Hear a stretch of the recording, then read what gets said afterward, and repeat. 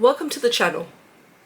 Apologies in advance if this video is going to sound a little bit ranty.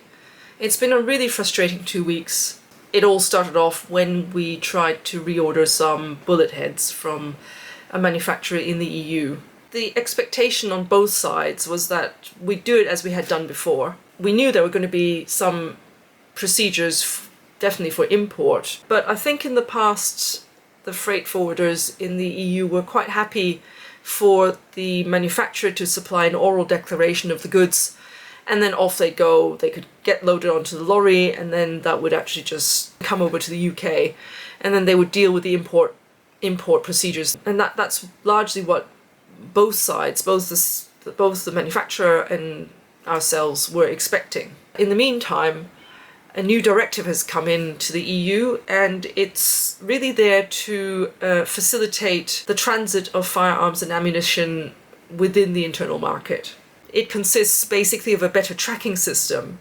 So, for instance, if you are in Austria and you want to buy some ammunition from Germany, then there's a way now that the German supplier can just enter the details into a computerized system, and that tracks where this ammunition has gone, and they would be able to put in, for example, the Austrian firearms certificate holder as the destination, and both countries would then get a record simultaneously of this transaction for firearms and ammunition. The problem comes, of course, that we're outside the EU. There's meant to be an export license in place, a full export license, simply because bullet heads count as military or dual-use items. And dual-use items, I mean, we have a regime in the UK as well to try to control where these things go, who's using it, so that it doesn't fall into the wrong hands. Because there is a tracking system now in place within the EU for firearms and ammunition, that higher level of reporting means that will get picked up far more readily. Now, you could turn around and say, look, why doesn't the manufacturer handle this stuff? I mean, they're the ones producing it and they know where it's going to. Well, I think the problem there is that it's a pretty big ask. I mean, the core activity of the manufacturer is to operate the machinery, to find a good metal feedstock for the machines, to ensure that tolerances are as tight as possible between batches of projectiles. You know, they're not going to have an admin department sitting there just filling in stuff for export licenses.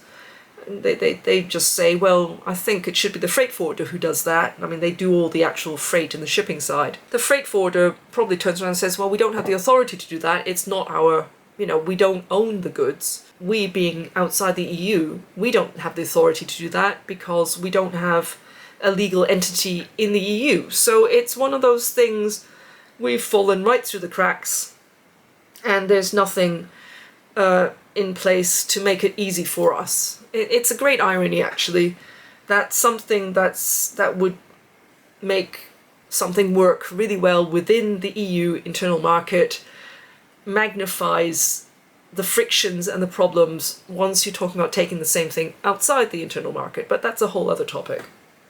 So the solution we've kind of come up with, and it's an imperfect one, is to introduce a third party into the transaction.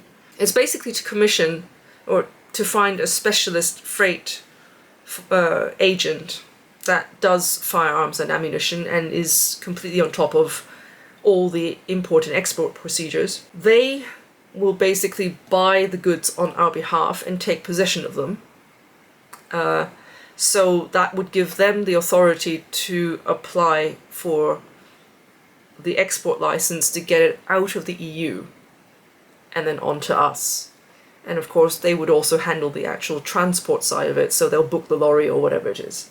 I call it an imperfect solution. It is literally there to deal with the paperwork. I think the same thing happens if you are a UK-based company or a certificate holder maybe, and you want to get a firearm over from the US. You need to appoint an agent. I mean, the seller isn't going to be responsible for this. You need to appoint an agent who specializes in export licenses for firearms.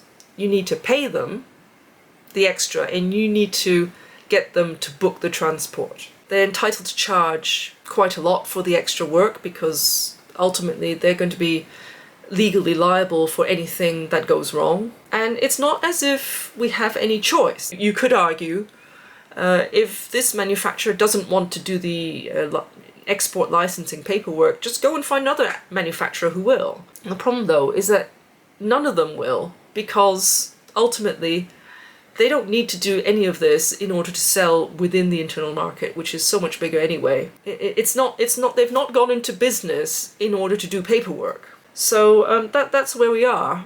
And it's going to add costs, which we don't want to do. I hope this helps explain a little bit of what we're going through with some of the products that we import, and we'll see you next time. Bye!